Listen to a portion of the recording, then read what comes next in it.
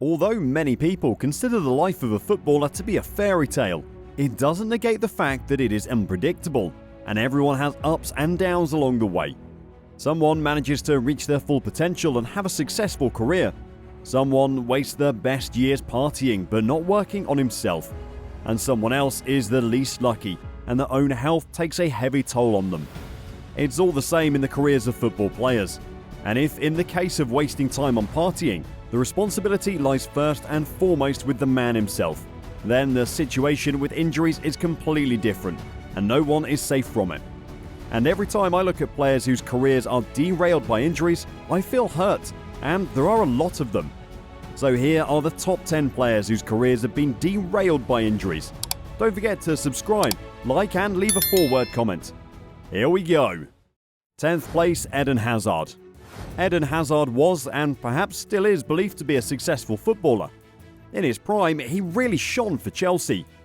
During his time with the Blues, he's established himself as a top-class player who's attracted the interest of clubs worldwide. In 2019, the Belgian had been challenged again. He was bought for €160 million by Real Madrid. Hazard was expected to be a true replacement for the departed Cristiano Ronaldo, but unfortunately things did not work out that way. Eden's challenges weren't exactly footballing. Since moving to Spain, the Belgian has been plagued by endless injuries that have prevented him from showing the kind of football he used to show. This is what's happening at the moment, but he is strong. I have no doubts as to what kind of player he is and that he wants to get back here. Such Zidane's words about Belgian was something of a routine. After all, in 3 years of playing for Real Madrid, Hazard has suffered more than 10 injuries, and the total duration of his absence has already amounted to more than a year. Nevertheless, Hazard still has time to rehabilitate himself, and that is why he takes only 10th place in our top list. 9th place, Arjen Robben. Arjen Robben is the winner of a huge amount of trophies and an equal number of injuries, which prevented him from fulfilling his full potential. He played only 21 games in his first season with Real Madrid, but still managed to win the La Liga title that year. The second season was almost identical.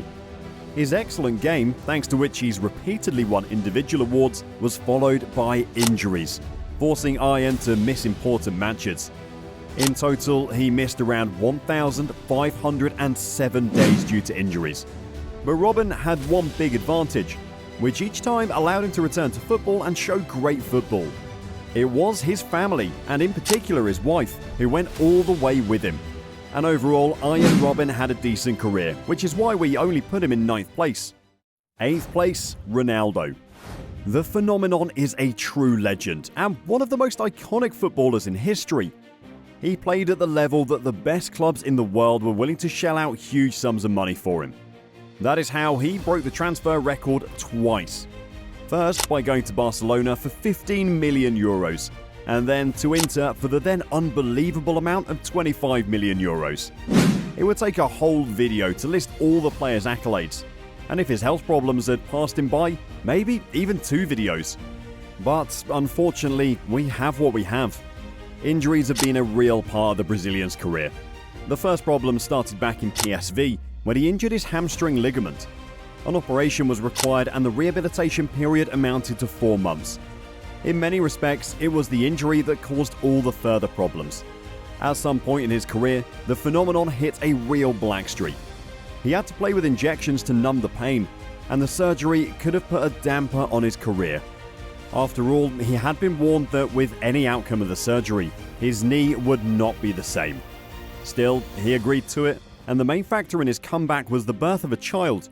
He promised himself that his son would see him on the field, but his return became fatal. Coming onto the pitch in a match against Lazio in the Italian Cup final, he suffered a horrific injury 6 minutes later. The diagnosis was a torn patella ligament. His patella literally burst. As his physiotherapist pointed out, it was the worst injury he had ever seen.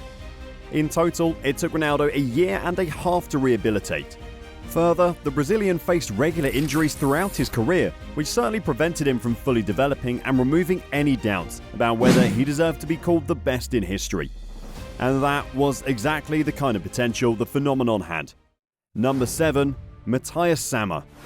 The 1996 Ballon d'Or winner was forced to end his career soon after winning the award.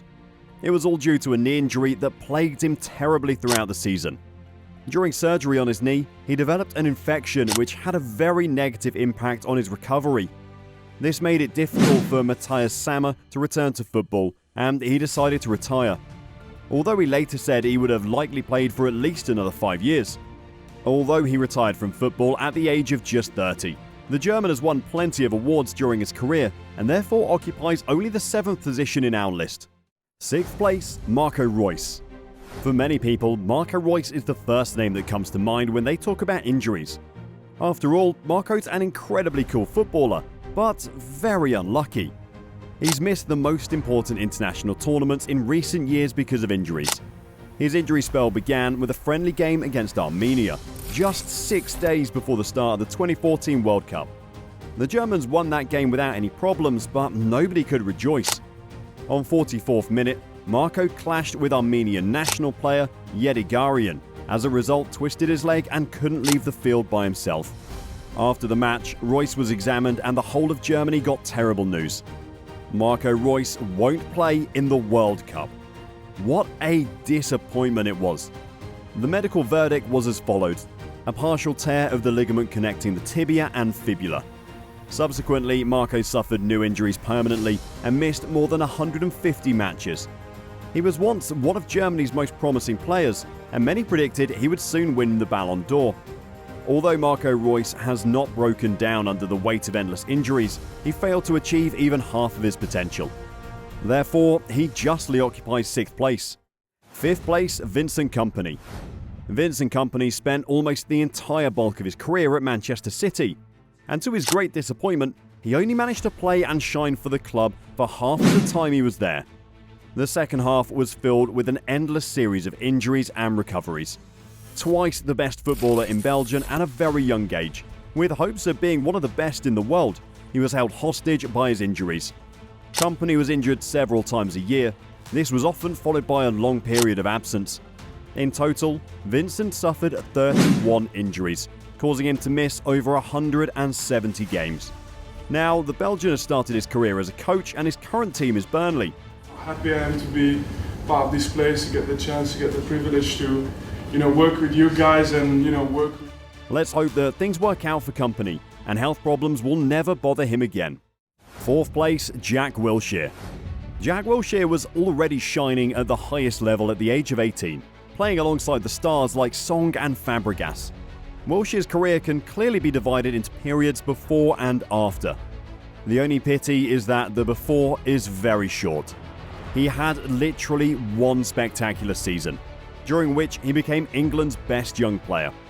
But Jack had to miss the whole next season due to an ankle injury. He also had to miss Euro 2012 because on the eve of the tournament he had surgery on his knee, which was bothering him even earlier. Unfortunately, after these injuries, he did not return to his previous level of play, and he was not really able to compete with the best players in the Premier League.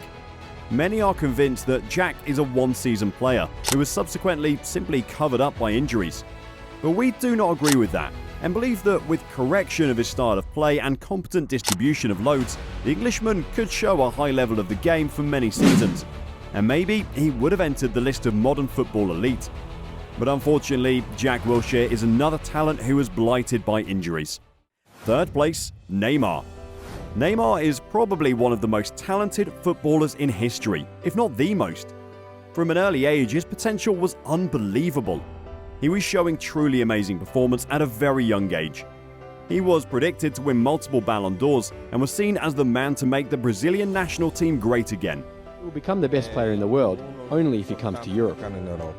The same as the PSG sheikhs have paid huge money for him in the hope that finally the Parisian club could win the Champions League, and the Brazilian would play a key role in that.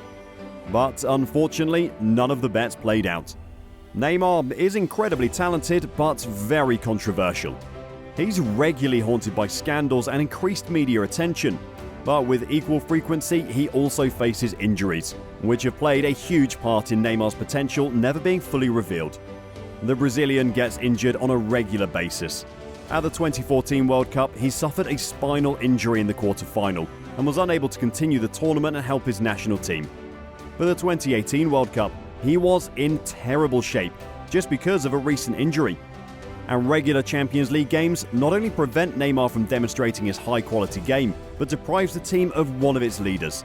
All of these factors have put Neymar at number 3 on our list. Number 2, Marco van Basten.